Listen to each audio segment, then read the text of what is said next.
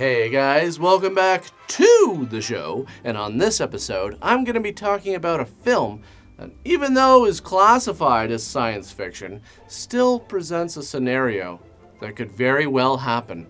It could be very real and very dangerous for all of us. A very real and possible danger. What's that movie called again? A clear and present danger. Possibly. It's Gog from 1954. Now, I'm willing to bet that a lot of you are sitting at home right now without a care in the world. No real concern that at any moment, enemies could launch an attack involving signals and robots and planes and a bunch of stuff that I don't really understand. But it could mean the end of all life as we know it. And that's exactly what this movie is about. So listen up and pay attention. Your lives depend on it.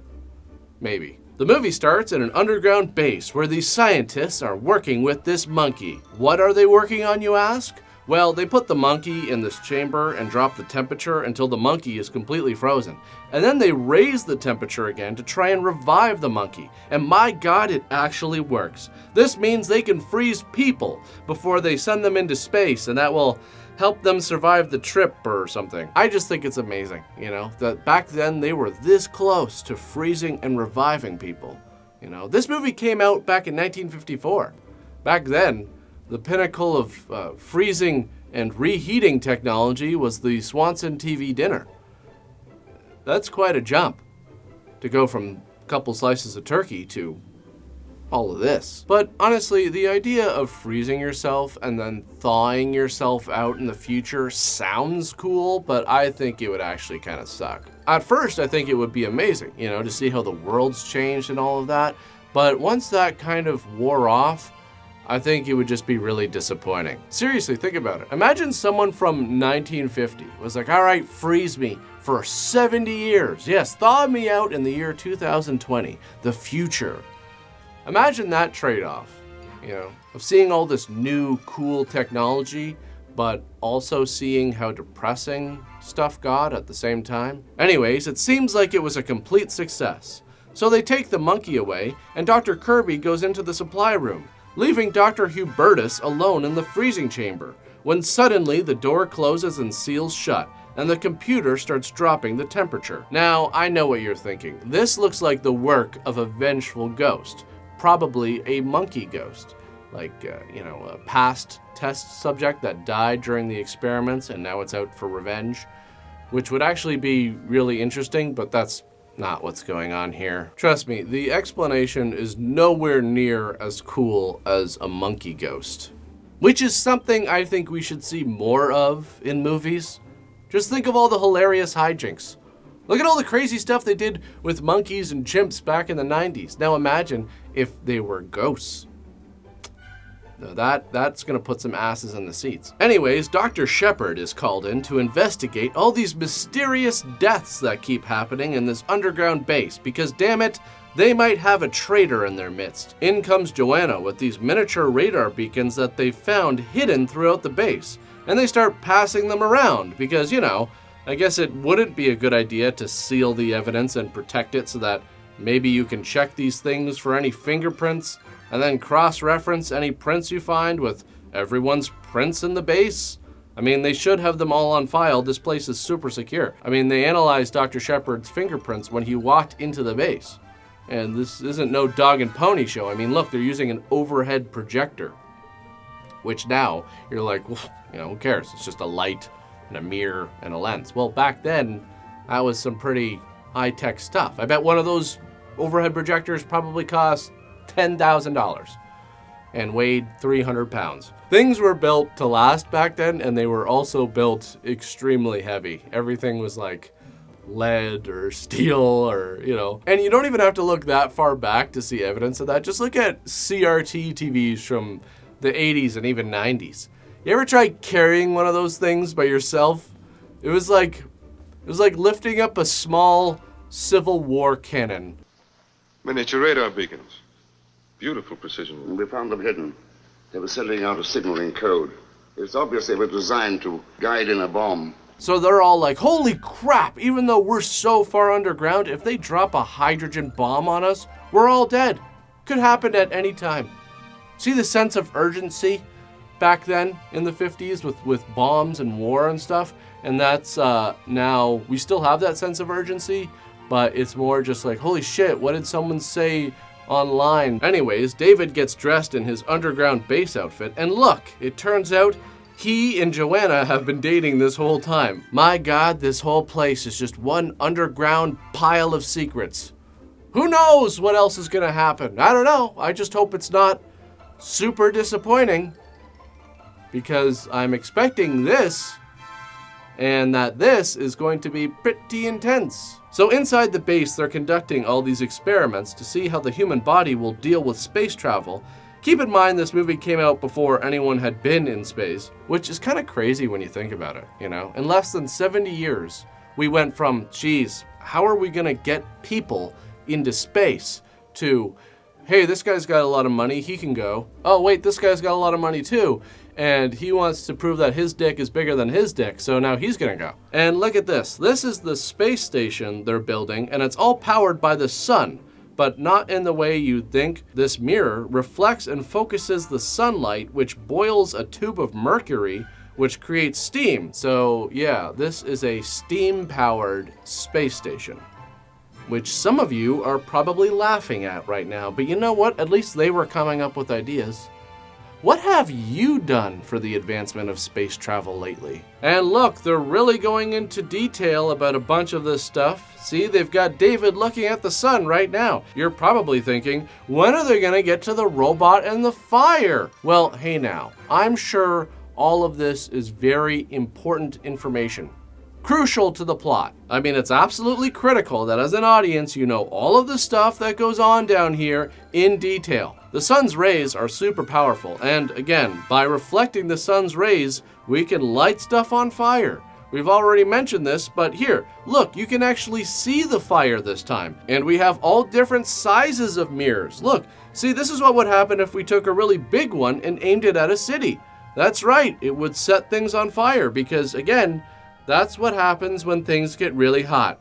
Oh, you think you're safe just diving into the ocean? Well, think again. Look, we can just boil the ocean. I'm sure the movie is taking so much time with this because it's going to come into play later in a major way. I can't wait for what's bound to be an epic action sequence involving sun rays, robots, and fire. So what's going on now? Now we're in a room where they're testing the effects of weightlessness on the human body, and they managed to lower the gravity in the room by, I don't know, something involving a magnetic field, but whatever. Now we're gonna sit here for a while and watch these two screw around for a really long time. Still no signs of any robots yet. So they get them into this thing to see how they handle the G-force, and oh my God, look, the computer is going screwy again. The thing just keeps getting faster and faster. Too bad there's not a kill switch to use in the event of this exact situation. Imagine building this thing and being like, okay, so we strap people into it and it spins around really, really fast. No time to think of a way to quickly cut off all power in case of some kind of malfunction. We're in a space race, goddammit. We gotta get there first. There's no time to think about safety. Safety's for losers.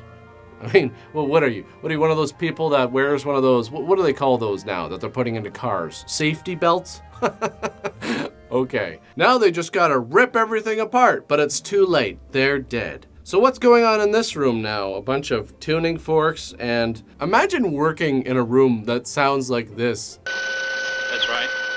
Electronically controlled tuning forks. Yeah, so I guess there wasn't a better way to do this without, you know, subjecting yourself to the possibility of blowing out your eardrums every day. And holy crap, look, it's so loud in there now that the frequency generates such great heat that the chair is smoking. Open your mouth! They had the idea of putting the tuning forks in a soundproof booth and then monitoring the frequency from outside. But I said no! We gotta actually hear the sound! It's loud though! So they think there's something flying overhead, but they can't see anything on the radar. How high does your radar probe? 100,000 feet. No plane's ever gone that high. At least from our planet. Holy crap, you know where this is going. Some kind of alien shit. This is gonna be awesome. Robots, fire, sun rays, and aliens. I can't wait for the climax of this story. So now they go into this room with the Novak Computer, the brain computer which controls everything in the base, and was made in Switzerland and designed by this guy, Dr. Zeitman.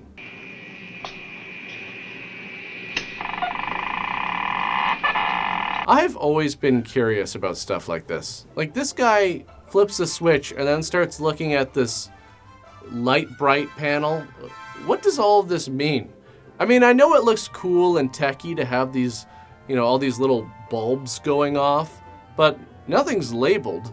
So does he have this all memorized as to what every bulb means? Anyways, the computer also controls Gog and Magog, two robots with massive boners. Anyways, Zeitman is like, check this out. So they take out some tape and punch some buttons, and the computer writes something on it, and Gog rolls over, turns the wheel, and flicks a switch. Wow, the automation is just mind-blowing. Think about how much time that's gonna save. Instead of someone walking over there, turning the wheel, and flicking the switch, now all they have to do is go to the desk, take out the tape, feed it through the machine, punch in a bunch of ones and zeros, wait for the machine to print it out, and write the report, and bingo bango, the robot does it instead. And the possibilities are endless. I mean, look at this. Instead of walking over and picking up the screwdriver, they can program the robot to get the screwdriver and bring it to you. The future is now, people. Soon you won't have to lift a finger at all. It will all be done by robots. Probably around the year, let's be generous, 1987. Okay, 1989, just to be safe. Anyways, Dr. Shepard is like, hey, you're just throwing the tape on the floor when you're done with it. And these pieces of tape have all the code on them. This is a massive security risk. You're supposed to be burning these things when you're done. And Zeitman's like, dude, I don't have time to be secure. I'm working with computers here. Now, from this point on, photoelectric cells sound a warning if unauthorized personnel enter the corridor. Oh, and there are hidden television cameras along the ceiling. You mean to say they're watching us? Man, that's weird. It seems like you have constant surveillance on the lowest level of the base. Why not have that on all levels? Wouldn't that just make sense? This is all top secret. I mean, you had to build it underground. If you had done that, you could just check the camera footage to see who was planting all those radar beacons, but, well, I guess not. So they go down to the reactor and, oh shit, it looks like there's a spike in radiation on the second level. So they run up there and find Mona on the ground. The Geiger counter is going crazy, and it looks like her badge has turned red, which means she was exposed to a high dose of radiation. After she's taken out of the room, these two have no problem staying in the room where there was a huge spike in radiation that someone just died from. They find that the plant is actually giving off the radiation, so they put some glass over it. There, that should do it. So they find a radioactive isotope, and again, aren't any of you concerned about just hanging around in here? I mean, this guy is covered head to toe. Doesn't that at least raise the question, hey, maybe we should be wearing protection too? So it turns out someone put that isotope in there to kill Mona because she was analyzing some dust from one of the transmitters, and now the dust sample is gone. But who could it be? So they all get together to discuss everything, and Dr. Shepard tells everyone to continue working in pairs. Report anything suspicious, and if anything goes wrong, just grab onto his chest hairs for safety. Meanwhile, oh my god, the sun mirror is operating all by itself. It's got a mind of its own, a murderous mind. And I have to say, this would be pretty scary. If I was in this situation, I would assume that it was some kind of, poetic justice for all the times I used to burn ants with a magnifying glass when I was a kid. Some kind of karma shit. And oh crap, the frequency is back. The tuning forks are going nuts. Honestly, did no one think this through at all?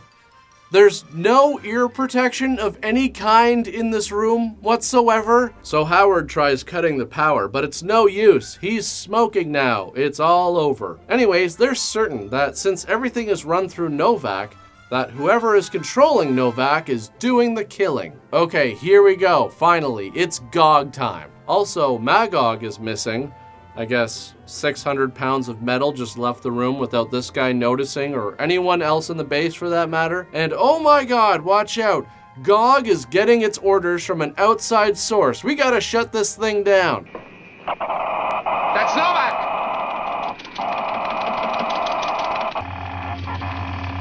Dr. Zeigman! Tango, look out! He's getting impulses from an outside source! Zeigman, help me!